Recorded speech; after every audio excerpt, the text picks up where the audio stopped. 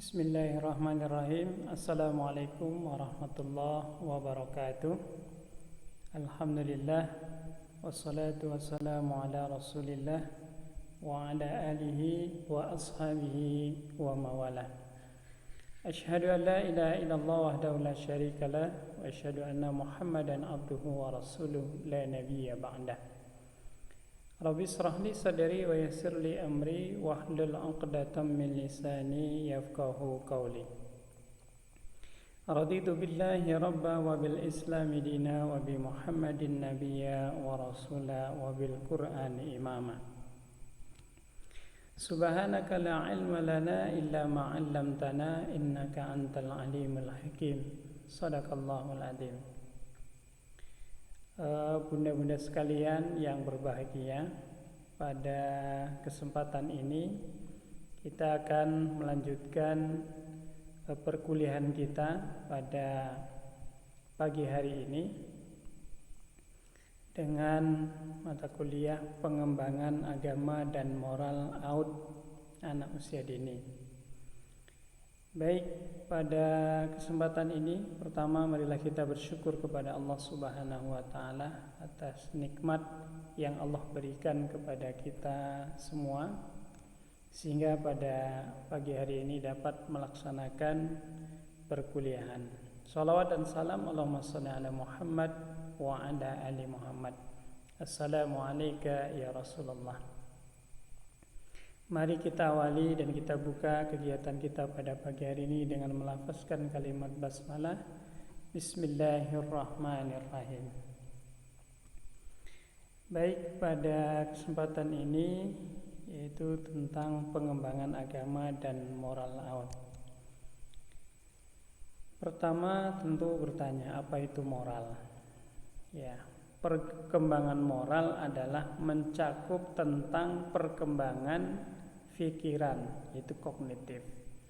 Jadi ternyata bahwa seorang anak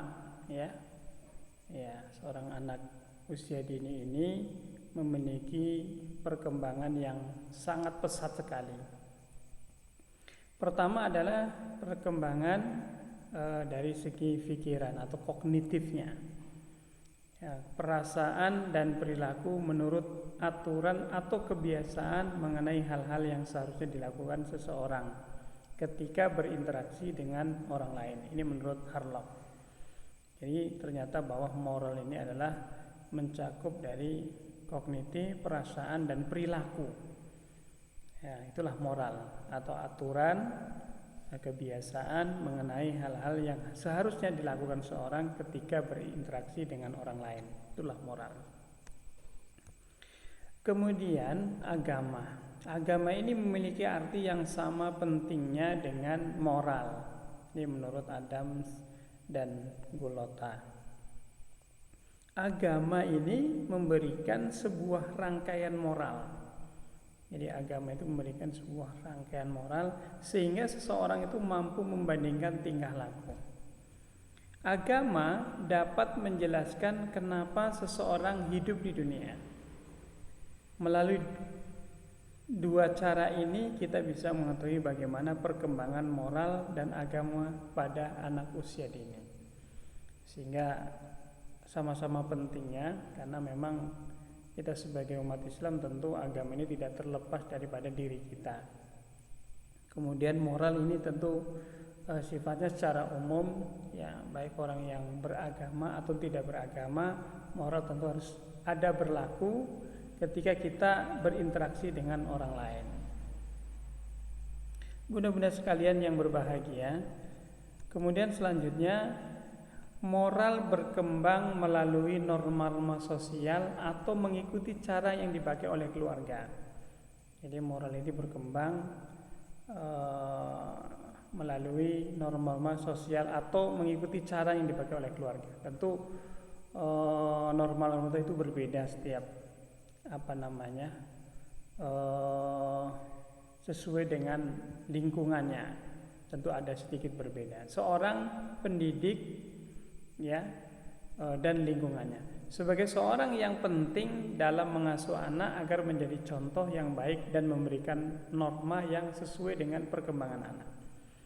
Adapun teori perkembangan moral dibagi menjadi 2 tahap, yaitu ada namanya heteronomous morality, yaitu usia 5 sampai 10 tahun.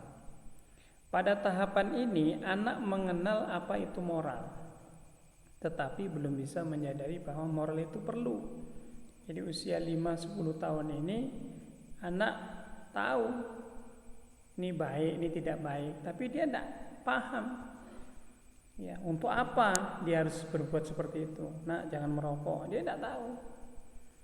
Ya, jadi ini namanya heteronomous morality. Jadi pada usia 10 tahun ini, ya antara 5-10 tahun ini, berarti antara usia TK hingga umur kelas 3 SD atau 3 atau 4 SD, itu belum bisa menyadari bahwa moral itu perlu atau tidaknya, dia belum. Sehingga di usia inilah anak memang harus mendapatkan perhatian yang ekstra, yang lebih, karena memang di usia ini yang disebut dengan golden age, usia kemasan yang memang dari situlah menentukan bagaimana orang ini beragama yang baik, bermoral yang baik. Kemudian autonomous morality atau morality of cooperation, usia 10 tahun ke atas. Pada tahapan ini anak sudah mulai tumbuh melalui kesadaran, berpikir tentang mana moral yang baik atau tidak baik. Jadi usia 10 ke atas ini ada anak tuh yang misalnya umur kelas 5 SD, dia udah mulai tahu. Ya, sudah mulai bahwa baik buruk ini sudah bisa untuk diajak, diarahkan, sudah memahami ini baik, ini buruk. Walaupun tahapan-tahapan tentu melalui proses, ya. Kemudian tahap-tahap perkembangan agama dihubungkan dengan teori perkembangan. Yang pertama, awal masa kanak-kanak. Jadi perkembangannya itu dari 1 sampai 6 tahun, ini perkembangan awal.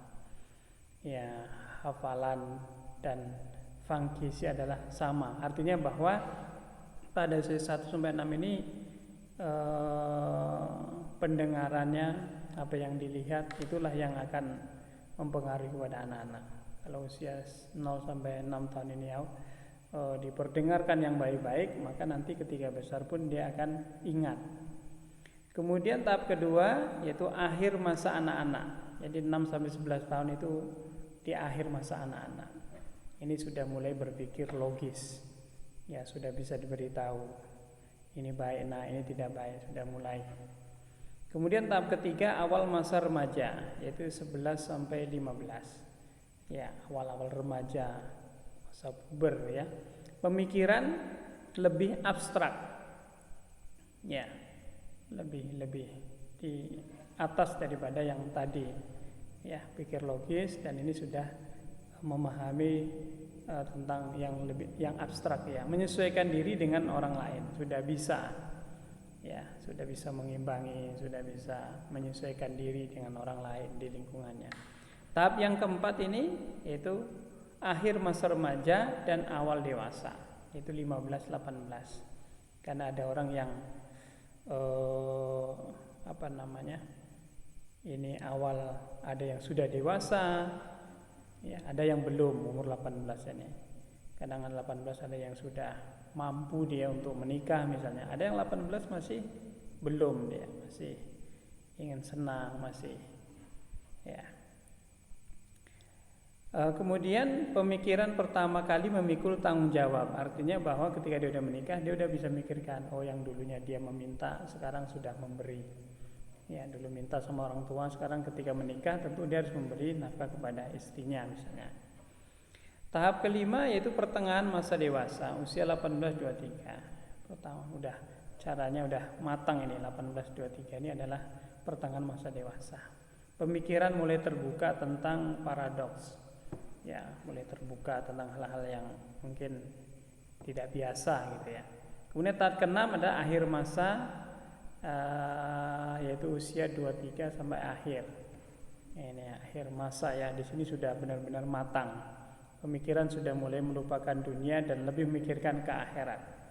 Nah, jadi usia 23 ini seharusnya sudah